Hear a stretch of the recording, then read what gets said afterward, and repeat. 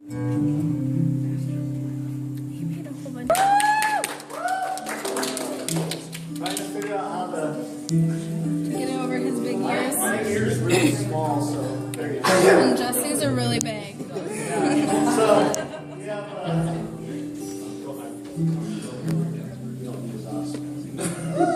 It stays on from now on. This is cool. Where's my tablet? Oh, Kirk's gonna continue playing in the background here.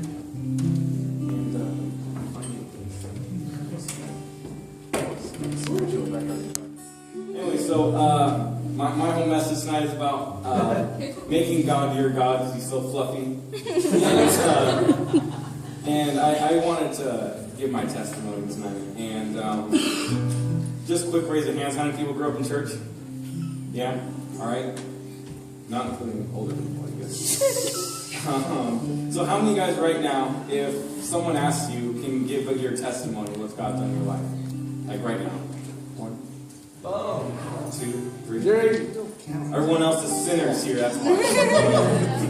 But so that's one thing I've always struggled with and giving my testimony and I feel like God's been giving me one my entire life, but it's taken me just recently to kind of get hold of that. So I grew up in church, and I was actually made to go to church as a punishment, and ended up turning into something that's so much more. Got my mom over there. So I'm a little bit about myself. So I was born in Salem. I got married a year ago to my beautiful wife Nikki over there. But so we were dating. We've been dating for a long time before we got married, and we were kind of praying on what does God want us to do. And so my next point here is going to be Next slide.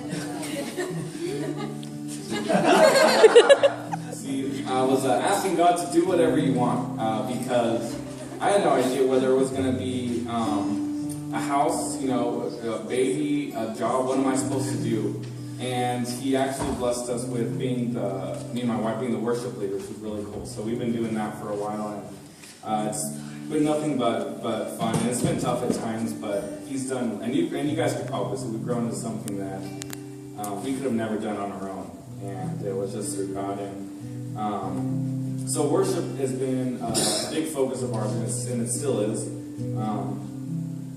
So what I want to do is we're going to do a little bit different. We're going to be doing little songs between now. So we're going to do a little song right now that we've been, kind of God just gave to us when we were practicing our sets on Wednesday, so our Monday night. So we'll put that up, and Ricky's going to sing since I can't. So.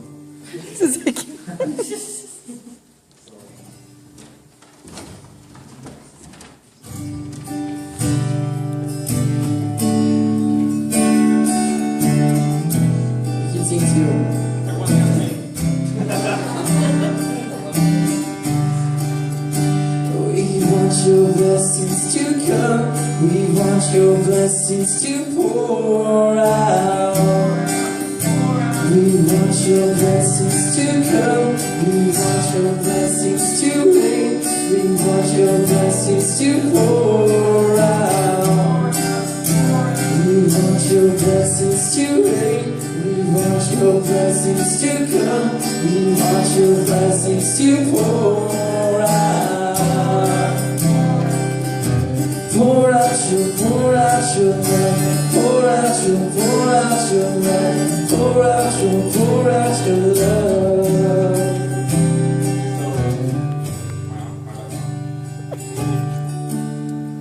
Hello?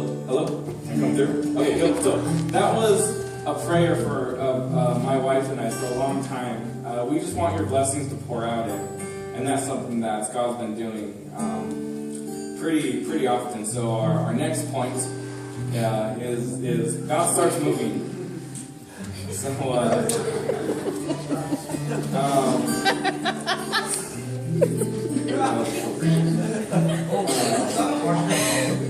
it's whatever you want to. And so I feel like for a long time, I never saw being leader of the worship team. I never saw that kind of as a blessing. I feel like something that we just was given to us, but at the time I didn't think that I was from God. And so I started to think that, because growing up in church, I feel like I see God's done so much for my family, done so much for my mom, dad. God's done such great things for him, but I feel like he's never done anything for me. And right now, for a long time, I felt like he was my mom's God, my dad's God, but he wasn't mine, because I feel like he hasn't done anything for me. And so this is kind of where God gives me little hints that, that I have a plan for you. That's something I never thought that I was going to happen. When as soon as I graduated, I know some of you guys are in college or graduated high school, going to. For a long time, I didn't know what I wanted to do, and I kind of have an idea, but I know what I wanted to, but not what God wanted me to do. And this is kind of where He starts giving me little hints. We've been praying for a long time for the worship team to become more of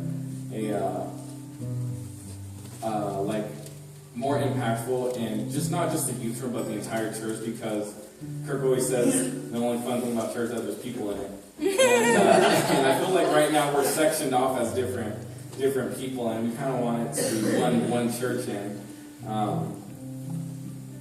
And so we've been praying for God to give us opportunities in the church, and so you guys seen that we've actually been playing on Sunday mornings, which didn't happen at all. Like, it's always just been hymns and all the time. So, and then the first time, I think it was the first or second time we played, we were about to walk off stage, and Pastor Chris looked at us and said, you represent God well. And it didn't hit me at the time, and it had to be explained to me that no one just tells you that. No one just tells you that you represent God well, and that came from God. And it took me a while to see that, how important that was. Just that little couple seconds that he took to say that, in front of everyone, it was really impactful for us. And I call that strike one God gave me. So, worship team's been really big in our hearts, and so we've been wanting to help out and try to improve. We wanted to give to the worship team, and so we've been praying, what do we want to do, and God put on our heart to give $500 to the worship team. Just cool stuff like this that you see around here, and how many of you guys got $500 to just say, here you go, tax free? And we didn't have that at all, and God gave us that money, and other people matched it, and the church gave us some to help us, improve the sound here, which is, you guys probably appreciate it. So,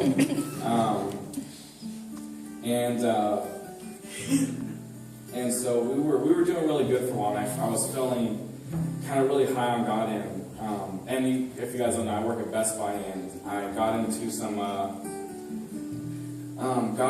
trouble at Best Buy, and a lot of trouble. Okay, guys,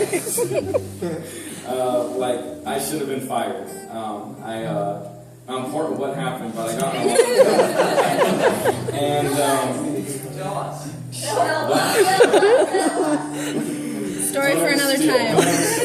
It's one of the commandments. And keep that commandment. Okay, let's leave it there.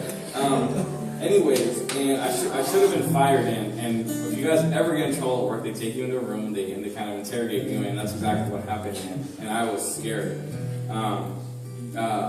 Me and my wife, we were married for almost a year at this point, and this guy, I'll never forget his name was Wayne, and nice guy to talk to, he buttered me up before I started asking all these questions, and he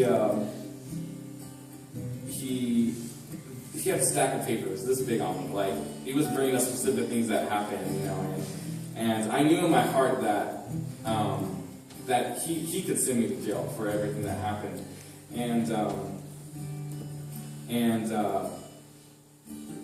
after we were done talking, he said I told him, kind of how I got to Best Buy and what I was doing, and he said you're not a bad person, and he's like, I believe that you were just caught in the wrong situation, and the whole thing in my mind, I'm keeping my composure, I'm not crying, and my whole thing's going through my mind, am I going to jail? Because I have a wife, and I didn't even make it a year, and I'm in jail. And so it was pretty rough. And he looked at me and he said, you know, you're just in a bad situation. He's like, you got yourself here, and he's like, you're not a bad person. I'm not here to make you feel any less of a person, but he's like, you're not going to jail. And I'm like, and I was overwhelmed because like God's grace is so good, and it kind of never runs out, which is good. And but I don't push it.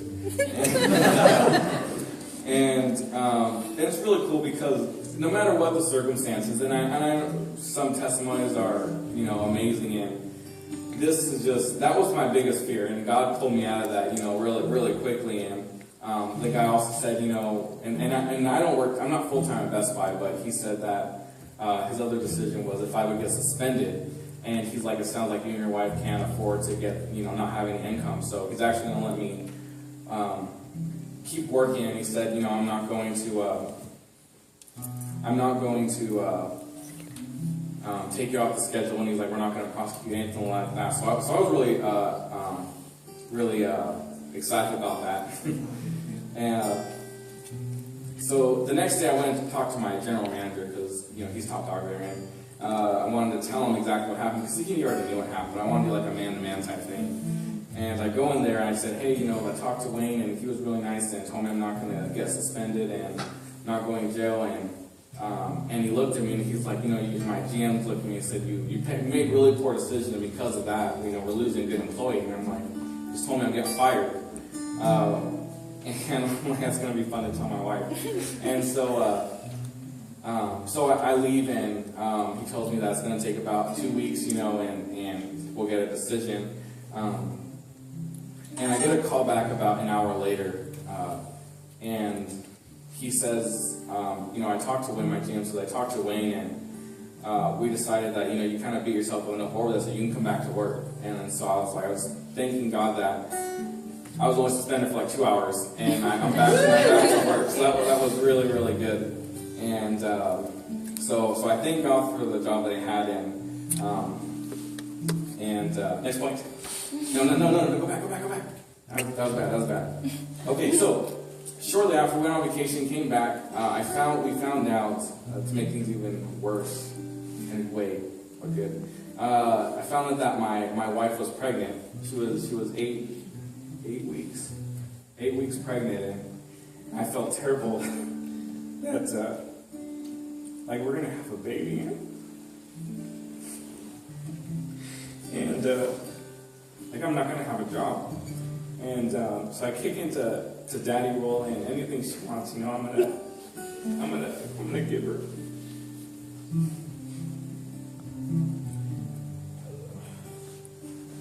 I didn't know it was gonna happen. Okay. Anyway, so I kind of kept this whole thing to myself. I kind of let my wife know, and that was it. I didn't tell anything else happened at work. So me and Kirk, we meet to go plan to buy speakers before we had them. And yeah, go ahead and put the next slide up. And I was embarrassed. I didn't want to tell anyone what I did because like I'm the worship leader, and like I found myself in that situation. So the Bible says, where we together? Okay, it says, therefore, confess your sins to one another and pray for one another, so that you may be healed. So that's exactly what I did. I told Kirk exactly what happened, and he looked at me and he said, you know, they may not keep you at work, and he's like, God pulled you out of that situation, and but he told me, he's like, you emit God's light. He said, there's something different about it.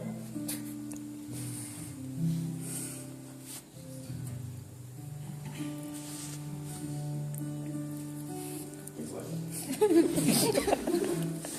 okay. He said, I don't always think God is great, but when I don't, he still is. So, this part's called How Great is Our God, okay?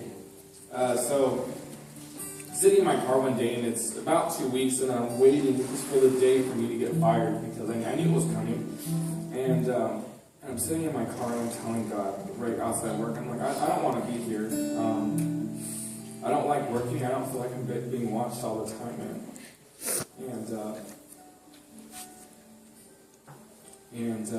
So I just pray, God, just blow my mind today because I don't like living like this. And so, of all days, that day, my GM pulls me into the room, and it's the room that you don't want to go into. There's that room. If you go into, you're probably getting fired. It's never good. They shut the door.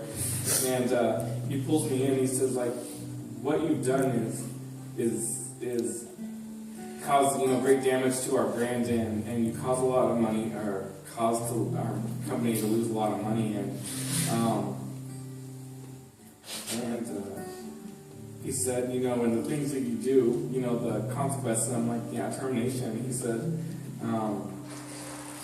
said, you stole from me, and he's like, but for some reason, he's like, there's something about you, and he's like, in my 11 years of being a general manager, he's like, I've never ever, this has happened over and over, and I've never ever saved someone. He's like, I want to keep you. He's like, you make so much money, blah, blah, blah. And he was just, I don't know, I was so overwhelmed with God's grace that of all the people that this happens to, he chose to keep me. And I was filled with God's grace, and I couldn't even look at him. Like, I just looked down, and I wasn't crying, I wasn't feeling anything. I was filled with God's grace, and he looked at me and he said, Jesse, what's going on? He's like, I've never done this before. He's like, you're the first. He's like, what are you feeling? He's like, it's not what I expected. I don't know if he expected tears or something, but I didn't tell him, but I was filled with God's grace. I just couldn't move. I couldn't do anything.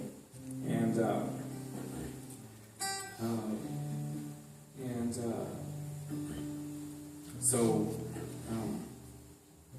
we're going to sing another song here.